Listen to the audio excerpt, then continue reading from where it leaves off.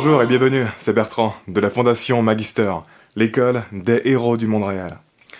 L'addiction au porno et la masturbation névrotique a de nombreux effets négatifs sur la santé physique et mentale. Pour résumer, on peut dire que ça nous prédispose à manquer d'énergie et d'intérêt pour avancer dans la vie réelle. D'où le mouvement NoFap qui promeut l'arrêt de ces pratiques. Dans cette vidéo, on va parler de l'importance de la méditation pour rester en contrôle. Dans la vidéo précédente, je vous ai parlé de différentes techniques pour éviter les envies de se masturber ou pour étouffer les impulsions en faisant autre chose. Mais au fond, il faut bien comprendre que si vous choisissez de réagir à l'impulsion en vous masturbant, ou si vous choisissez de réagir à l'impulsion en faisant une activité pour l'étouffer, dans tous les cas, vous vous êtes fait contrôler par l'impulsion. Elle vous a fait agir. Et ce n'est pas très idéal de toujours essayer d'étouffer les envies qui surviennent par d'autres activités.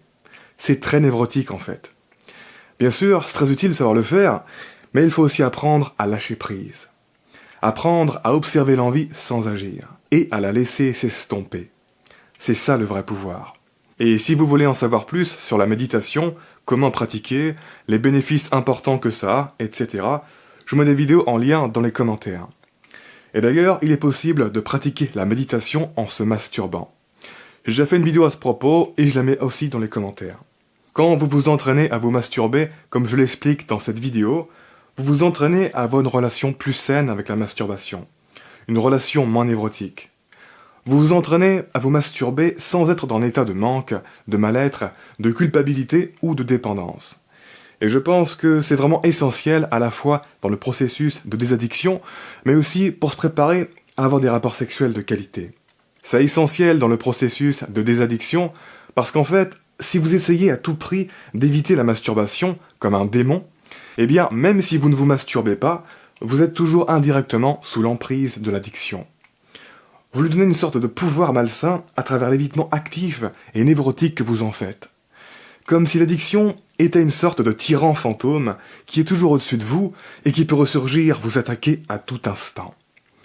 Et ça, craindre la masturbation et vouloir l'éviter à tout prix, c'est un indicateur de fragilité.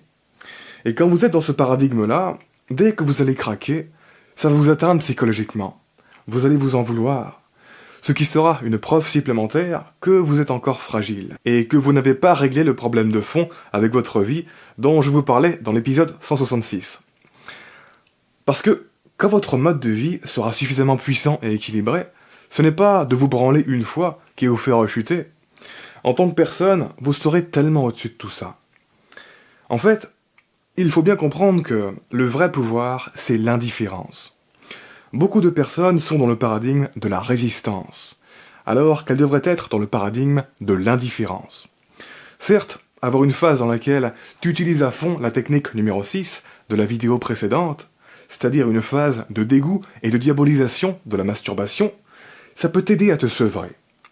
Mais, sur le long terme, l'idéal, c'est de t'en foutre en fait. De n'avoir aucune charge émotionnelle profonde associée à cette pratique.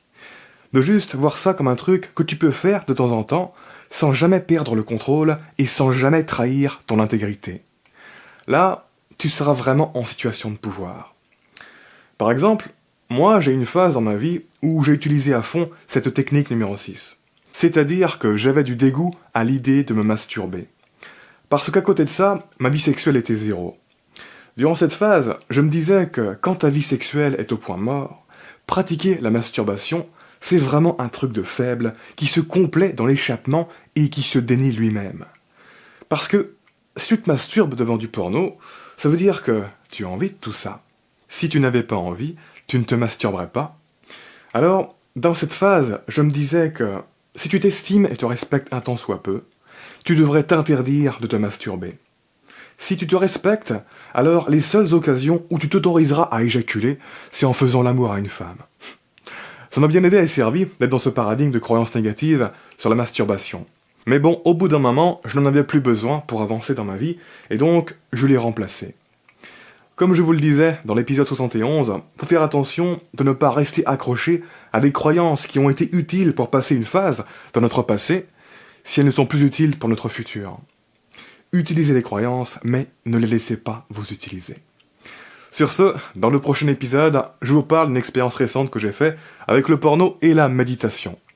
Vous allez voir, vous allez comprendre pourquoi vous avez tout intérêt à méditer pour vous faciliter la vie. En attendant, je vous invite à vous abonner si ce n'est pas déjà fait, à partager cette vidéo et laisser un pouce bleu si vous l'avez apprécié, ça m'aide pour le référencement. Quoi qu'il en soit, je vous remercie de m'avoir écouté jusqu'au bout et je vous dis à très bientôt pour la prochaine vidéo. Ciao.